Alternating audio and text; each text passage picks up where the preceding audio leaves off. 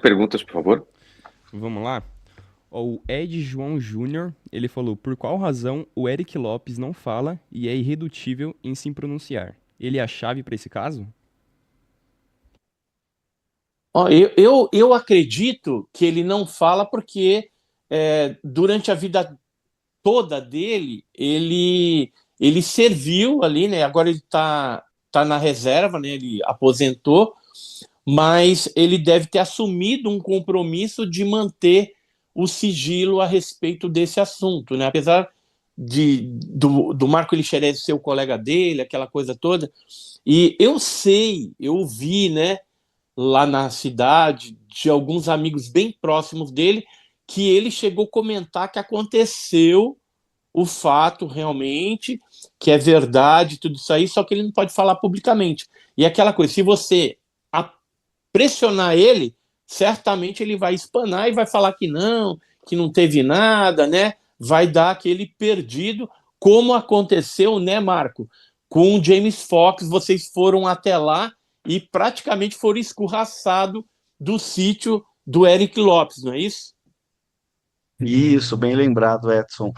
Realmente, eu acho que assim, se o Eric viesse falar, ele seria uma das testemunhas vivas, assim, né, da área militar, que poderia dar muitos detalhes, mas o que nos chama a atenção é esse medo, né, essa questão que ele tem hoje, que ele não toca no assunto. A gente já tem tentado falar com ele desde 2012, primeira vez quando eu localizei, eu tinha localizado a esposa, né, dele, que ela falou assim, olha, ele não fala sobre esse assunto, né? E aí em 2021, quando a gente esteve lá para gravar, o James, a gente pediu uma ajuda com o prefeito da cidade. O prefeito nos apresentou, inclusive por coincidência eu já conhecia, né, um político local que era um ex-vereador chamado Rômulo, muito bacana o Rômulo.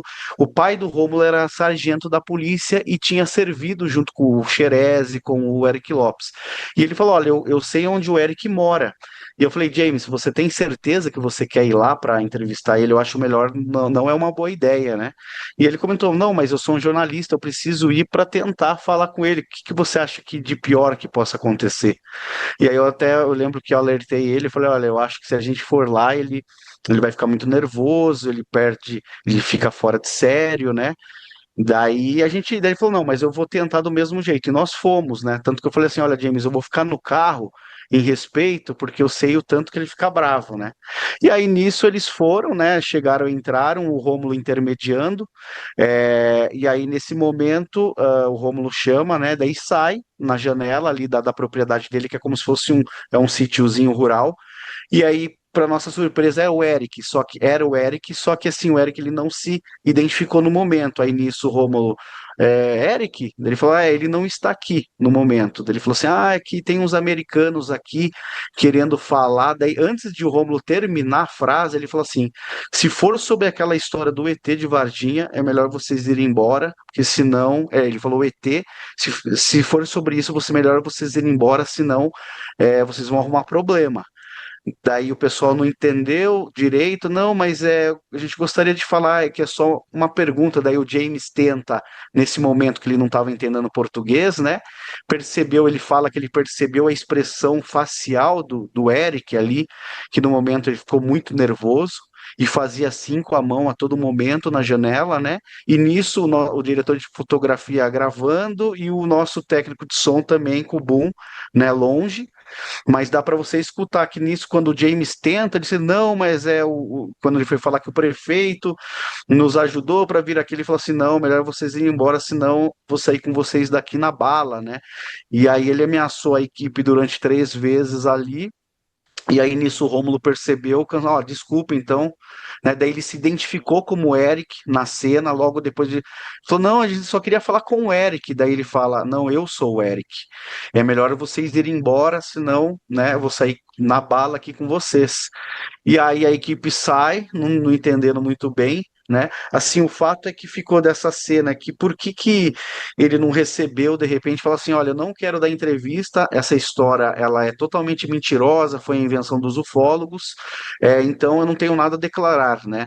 E foi de uma maneira, assim, hostil, né? Da maneira que ele nos recebeu lá. Eu até entendo ele, né? Respeito muito essa questão, até preferia que a gente não fosse fazer isso, mas foi uma tentativa, e aí tem essa cena também que acontece, né, que está no documentário, né? Então, assim, era uma testemunha chave do caso Varginha, que eu acho que se ele viesse a público, ele iria esclarecer muitas coisas, e uma das coisas que as pessoas não sabem, ele tem parece que um fator emocional, porque ele entrou com o Marco Xerez, eles eram amigos de infância, eles entraram para a corporação juntos, né?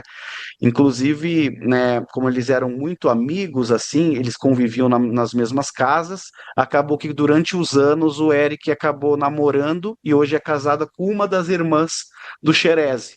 Então, assim, tem uma irmã que fala totalmente, que denuncia, né, essa questão que ele realmente houve a captura, que ele fez a captura, que ele morreu devido a essa bactéria, onde hoje os médicos, né, o legista e o patologista têm falado que eles encontraram essa bactéria, né?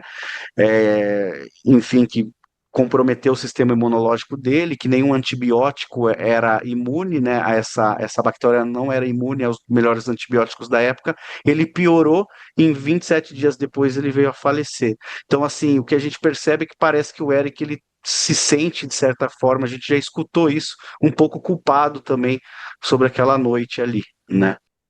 E um detalhe Tá aí às do, 10h30, viu, gente?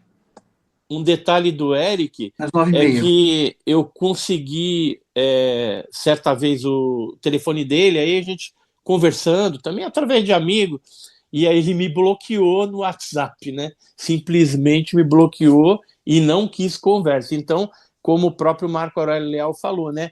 É uma atitude hostil, e a gente entende, porque provavelmente ele foi orientado pela Polícia Militar a não falar sobre o assunto. Tá certo.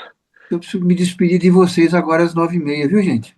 Tá bom. Doutor Ítalo, obrigado demais aí pelo papo. A gente só vai seguir com algumas últimas perguntas. Obrigado demais pelo teu tempo e pela tua atenção. Um abraço a todos, muito prazer, viu? Quer passar alguma rede social, alguma coisa? Não, Agora é a hora. eu não tenho. O Marcos Não tem? O Marcos me acha. Tá certo. Com Deus. Valeu, tchau, tchau. Tchau, Até tchau. mais. Vamos Obrigado, para doutor. Obrigado, doutor. Obrigado. Vamos então para as últimas perguntas, querido Bigoda. Vamos lá?